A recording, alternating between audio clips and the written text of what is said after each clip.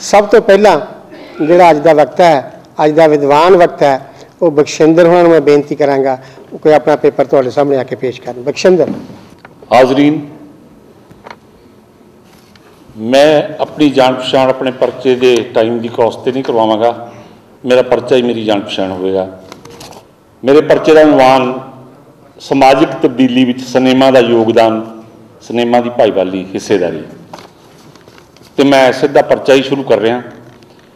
पहली बारी ये सतरां पढ़द्या सुनद्या बहुत सारे लोगों को इदां लगेगा कि एवें वाधू कहानी पाई जा रही है, पर सच इहो है कि मनुख के जन्म लैण सारी कहानी का जन्म भी हो गया सी। इदां भी कहा जा सकता है कि मनुख के जन्म लैण की भी एक कहानी है, तो मनुख के जन्म लैण तो पहला भी एक कहानी सी। कहानियां अक्सर ही असर पाउंदियां रहियां हन। एवें तो नहीं योद्धियां नूं जंग वल रवाना करने तो पहला वारां सुनाईयां जांदियां रहियां। ये वारां ते प्रसंग भी एक तरह दीयां कहानियां ही हुंदे हन। हर कहानी अपने पाठकां, ਸਰੋਤਿਆਂ ਤੇ दर्शकों के मनां उत्ते असर पाउंदी है, असर छड्डदी है।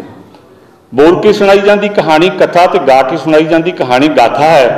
फिर किसी खुले तौर या मैदान में करके या खेड के दिखाई जाती कहानी नाटक कहाउण लगी।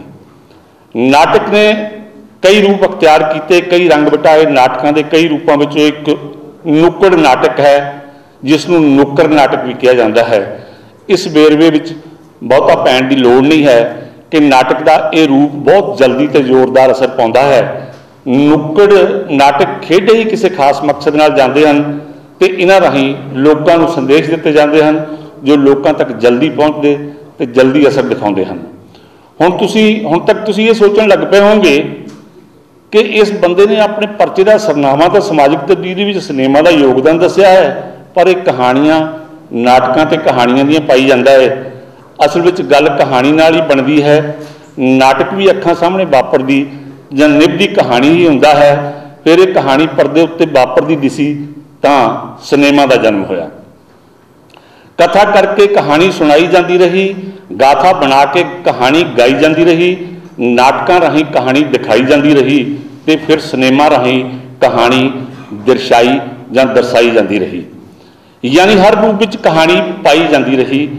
जे कहानी कथा के रूप में सुन के उसका असर कबूलिया जाता रहा, जे गाथा के रूप में कहानी माणी ही नहीं जाती रही सगों असर भी पाती रही, जे नाटक के रूप में कहानी लोक मनां नूं टुंबदी रही है, तो फिल्म जां सिनेमा के रूप में कहानी मनुखी मन नूं नहीं मोहेगी, नहीं पोहेगी।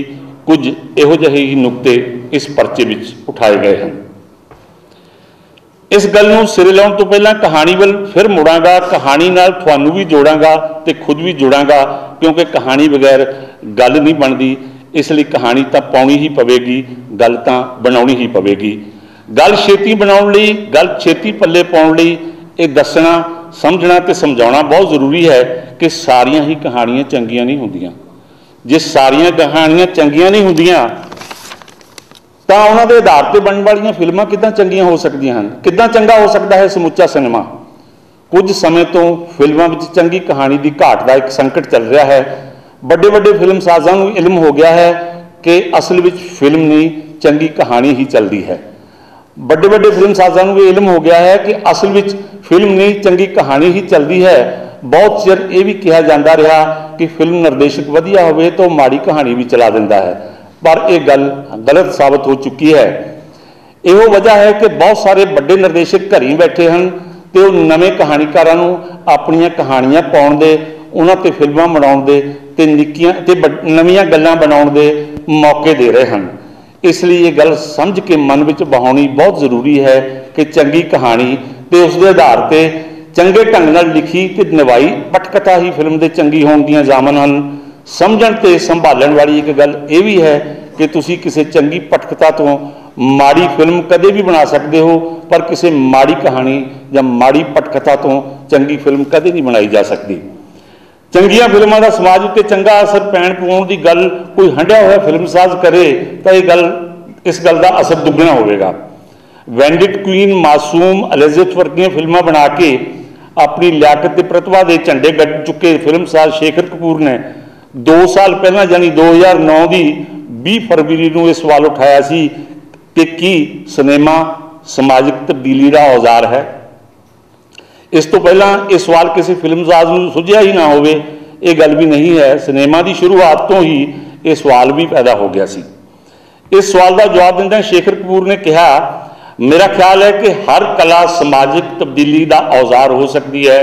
सिनेमा के मकबूल होने तो पहला शायरी ही जज्बात नूं टुंबण का सब तो वधिया औजार होया करती सी। बहुत सारिया जोश भरपूर लिखतां इनकलाबां की वजह बनियां हन। बहुत वधिया किस्म की कला बगावत विचों दबाव विचों पैदा होंदी है। रही सिनेमा की गल, सिनेमा सवाल तो कर सकता है पर असरदार जवाब नहीं दे सकता। जे ये जवाब भी देने लग पिया तो ये गुस्ताख हो जाए, इसके गुस्ताख हो जाने का खदशा है। इस तरह करने नाल ये एक पासड़ ते जाम जिहा होकर रह जाएगा। इस नाल सिनेमा ना रह के प्रापेगंडा बन जाएगा। हाँ, किसी इनकलाब या तब्दीली वाल जांदे राह वाल इशारा कर सकता है सिनेमा, वो भी फिल्म साजां की जमीर राही ते उन्हां वालों कहानी सुनाउण लई अपनाईयां जांदियां नैतिक सेधां जां जुगतां राही ही।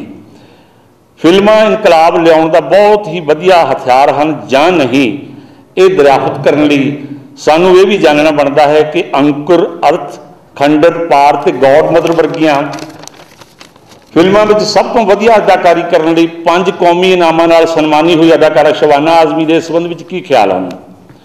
शबाना का यह कहना है कि मैं कई बार कहा है कि कला समाजिक तब्दीली लियाउण दा औजार है। इस नाल ही मैं ये भी कहती रही हाँ कि जे सिनेमा राही कोई सियासी या समाजिक तब्दीली आएगी तो वह समान अंतर यानी कि पैरल सिनेमा राही नहीं, सगों मुख्य धारा के सिनेमा यानी कि मेन स्ट्रीम फिल्मां राही ही आएगी। सिनेमा में समाजिक तब्दीली लियाउण की पूरी समर्था है, पर जदों तुसीं कहंदे हो कि ये तब्दीली कलात्मक सिनेमा नाल ही आऊगी तो तुसीं किसी अन्ने नूं सिउणा भरोना सिखा रहे होंदे हो। अपने इस कथन की हमायत में शबाना आज़मी का कहना है कि मुख्य धारा दी फिल्मां के दर्शकों की गिनती बहुत वड्डी है। उसका यह भी कहना है कि मुख्य धारा दी फिल्मां बनाउण वाले भी हुण मैं चुप रहूँगी वर्गियां फिल्मां नहीं बनाउणियां चाहुंदे, क्योंकि उन्होंने सोच विच भी काफ़ी तब्दीली हो चुकी है। इस तरह हुण मैं तुलसी तेरे आंगन की भी शायद ही दोबारा बनाई जाए, जदों कि भारतीय सिनेमा ने इक्को ही सरलेख अधीन 3 फिल्मां भी बनाईयां होईयां हन। हुण विआह कराए बगैर इकट्ठे रहन, पति तो बगैर औरतों वालों ही बच्चे पैदा करन ते मावां बनन वर्गे विषयों उत्ते फिल्मां बनाईयां जा रही हैं, क्योंकि समाजिक मानतावां विच बहुत तेज़ी नाल तब्दीली हो रही है। कदे किसी कुड़ी का तलाक हो जाना बहुत वड्डी ते हौलनाक गल समझी जाती सी। हुण अज तलाक च भड़के विआह हो जाता है तो तलाक हो जाना कोई मेहना नहीं समझा जाता। कई बारी एक पुराना तो घसिया हुआ सवाल चेते आ जाता है कि आखिर मुर्गी पहला पैदा हुई कि अंडा। इस ही तरह से पूछा जा सकता है कि समाज में तेजी नाल ये तब्दीलियां होने की वजह सिनेमा है जां सिनेमा लोगों वालों समाज में कीतियां जांदियां तब्दीलियां ही पर्दे उत्ते दिखाउंदा है। एक सवाल यह भी है कि सिनेमा वापरदियां घटनावां का झलकारा है जां नवीं घटनावां वापरन लई राह पद्धरा करन वाला हरकारा है। ये सारे सवाल बहुत ही बारीक तंदां जरिए एक दूजे नाल जुड़े हुए हैं। भावें शेखर कपूर बहुत सारिया लिखतां नूं इनकलाबां की वजह मनता है, पर सारिया लिखतां इनकलाबां की वजह नहीं हो बन सकदियां। सारिया कहानियां समाजिक तब्दीली का औजार नहीं बन सकदियां। इस तरह कुछ कहानियां ते बनियां फिल्मां इनकलाब जां समाजिक तब्दीली के नेड़ियों भी नहीं लंघदियां दिसदियां। समाजिक तब्दीली की लियाउण की लोड़ जनता वालों महसूस की जाती है। सिनेमा जां समाजिक तब्दीली की लोड़ बारे झलकारा जिहा ही दे सकता है। सिनेमा नूं भी ਸਾਹਿਤਵਾਨ किसी विचार नूं बहुत ही गुझे ते महीन अंदाज विच एक खास दिशा वाल अगे वधाउण लई वरतिया जा सकता है। सिनेमा राही कोई खास नुकता जां विचार अगे वधाए जाण दा असर भी तद ही हो सकेगा जे जनता उस विचार जां नुकते नूं हासिल करके लड़ बन के समाजिक तब्दीली की दिशा वाल होर अगे तोरन दे रौं विच होवेगी। मिसाल के तौर पर भारतीय फिल्म सनत ने 40वें ते 50वें विच इंडियन पीपल्स थिएटर यानी कि इप्टा का असर कबूलिया सी ते दर्शकों ने आज़ादी मिलने तो बाद दे माहौल विच इहो जिहे असर वालियां फिल्मां का असर कबूलिया सी।